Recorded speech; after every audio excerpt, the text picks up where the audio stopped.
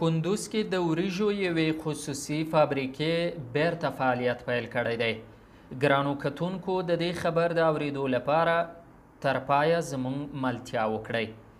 له کندوزه ښه خبرونه دا دي چې اوس به سلګونه کسانو ته د دندې او کار د پیدا کېدو چانس په لاس ورشي.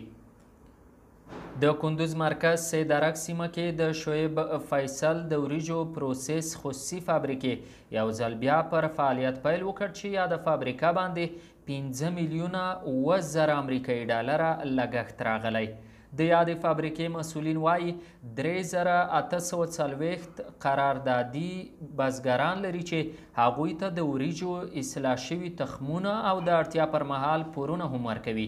دغه فابریکه په 24 ساعتونو کې 140 ټنه د وریجو پروسس وړتیا هم لري چې ورسره هم مهاله لسګونه ځوانانو ته د کار د پیدا کېدو چانس هم په لاس ورغلی. ګرانو اوریدونکو، مننه چې زموږ ویډیو مو تر پایه وکته.